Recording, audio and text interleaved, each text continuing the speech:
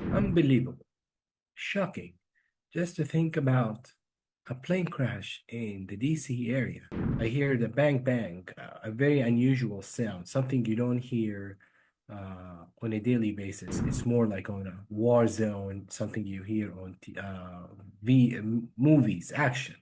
It's horrific. It's unthinkable to think that at this time of the year of where we are, 2025, crashes, human errors still happen. Horrendous, unbelievable, shocking.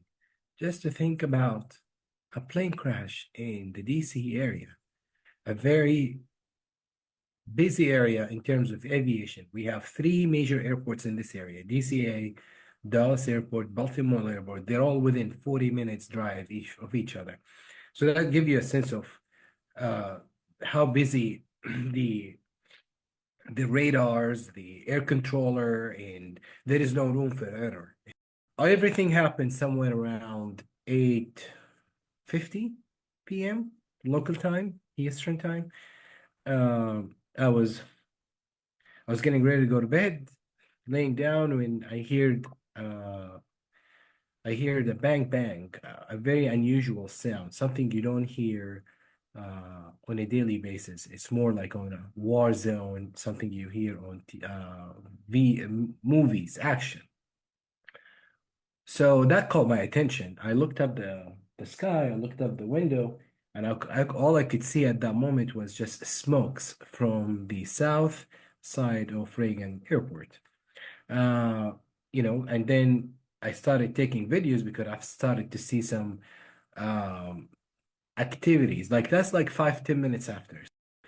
It's horrific. It's unthinkable to think that at this time of the year of where we are, 2025, crashes, human errors still happen.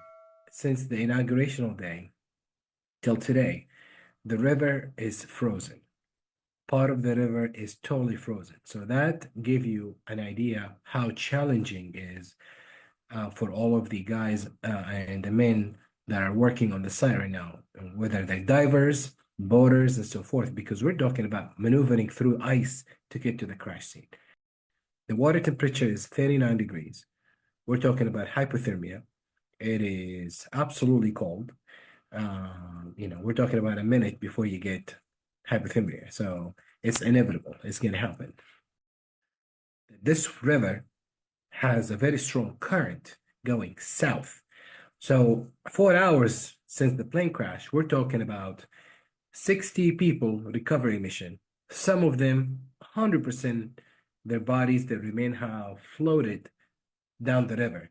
I would say maybe by 3 to 4, now even 5 miles radius. Okay, between ice, between frozen water, strong currents.